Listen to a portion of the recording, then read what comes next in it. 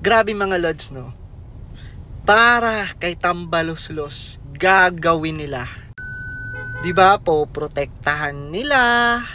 Talagang halatang halata mo mga lods, no? Na kapit talaga sila sa kapangyarihan. Panoorin natin. In our constitutional democracy, only the courts can interpret the laws, not Congress. Okay. So I will not answer that question because I believe Congress does not have the right to interpret laws. Okay. It is with Mr. Chair. Congress to pass laws but not to interpret laws. Salamat po. I take back my statements. Mr. Chair. Okay, Mr. the Chair. Honorable Toby Chanco is recognized. Mr. Chair, in the sense of fairness, since we really want to know the source, para malaman natin kung ano talaga yung pinagkakalat nito, would we allow Mr. Celis, Eric, to reveal the source in executive session? Would the chair allow? Yes, Eric.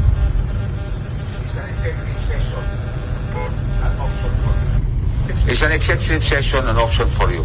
There's a suggestion by the Honorable Toby Chanco of Navotas na kung ayaw niyo po sabihin sa harap ng camera at sa publiko, okay lang ba, executive session? We will call for executive session now. Para lahat ho ng options ay binigay na po namin sa inyo. Eric. That would be very dangerous for other media practitioners present here because it will create a very dangerous and negative precedence on the protection of source provided by law. I will refuse still. Your Honor, Salamat po.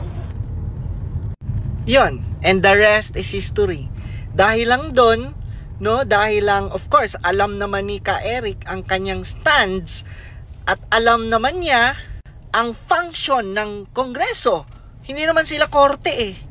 So, pwede niyang sagutin at pwede niyang hindi sagutin, no? Tapos ayun na, ano ang ginawa sa kanila? Ginipit sila, no? Kinulong sila. Grabe talaga mga lods, no? Kasi instead na patotohanan nyo ang tanong sa inyo at bintang sa inyo, instead na i-prove nyo sa tao na mali, no? Kung mali talaga ang binibintang sa inyo, kung mali talaga, 'di ba? Yung mga inaakusa sa inyo or binabati ko sa inyo, abay dapat magsalita kayo sa issue.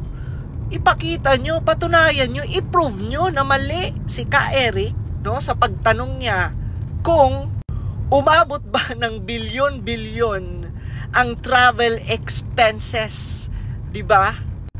Nila Tambaluslos. Kasi sa totoo lang mga los, doon lang naman sila nainis eh. 'Di ba na porket daw sinasabihan ni Eric at saka yung ibang host doon sa SMNI na bilyon-bilyon daw ang travel expenses, no, nila Tambaluslos. Ayun na, no, hindi na sila mapakali. 'Di ba? Talagang hinahunting na nila 'yon. 'Di ba? Yung mga nag-aakusa sa kanila, hinahunting na nila ngayon, katulad nila Eric, no, na gusto lang naman malaman at gusto lang naman namin malaman, taong bayan, kung totoo ba at kung saan ba nagastos ang pera ng taong bayan. And kita nyo mga lods, yung ibang mga kongresista na nasa hearing, diba? Talagang halatang halata mo eh, no? Halatang halata mo na talagang kapit na kapit talaga sila kay Tambaluslos. Pero wala na, no? Napaghahalataan na kayo yung mga pinaggagawa nyo. Talagang halatang halata talaga. Nakakatakot na mga lods, no? Kasi imagine niyo ang Kongreso, 'di ba? Parang naging korte. Parang naging korte na. Ano kaya yan? Halatang halata talaga sila mga lods na gusto nilang patahimikin ang bumabati ko sa kanila. Gusto nilang patahimikin ang mga nagtatanong sa kanila kung saan napupunta yung pondo nila.